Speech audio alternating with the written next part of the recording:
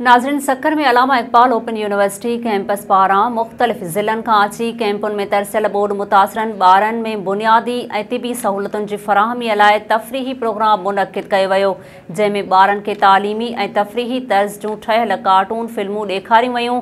SS news जे reporter Ghafoor Shaikh मूजिबि Allama Iqbal open university campus Sukkur जे इंतज़ामिया पारां सक्खर, घोटकी ऐं शिकारपुर ज़िलनि खां अची कैंपुनि में तरसियल बोर्ड मुतासिर ॿारनि खे तफ़रीह ऐं ॼाण ॾियण लाइ कैंपस हॉल में प्रोग्राम मुनक़िद कयो वियो।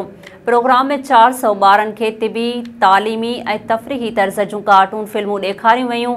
ॿारनि ॼाण वारियूं फिल्मूं ॾिसी ताड़ी वॼाए ख़ूब दाद ॾिनो।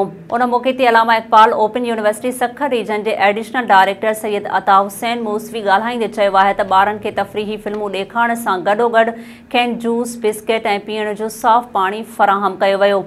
हुन चयो आहे त मुतासिरनि खे तिबी सहूलतूं फ़राहम करण सां गॾोगॾु खेनि राशन ऐं ॿियूं ज़रूरी शयूं पिणु जल्द मुहैया कयूं वेंदियूं। नाज़रीन, वधीक ख़बरुनि ऐं अपडेट्स जे लाइ ॾिसंदा रहो SS न्यूज़ वेब चैनल। असांजे चैनल खे लाइक ऐं सब्सक्राइब करणु न विसारींदा।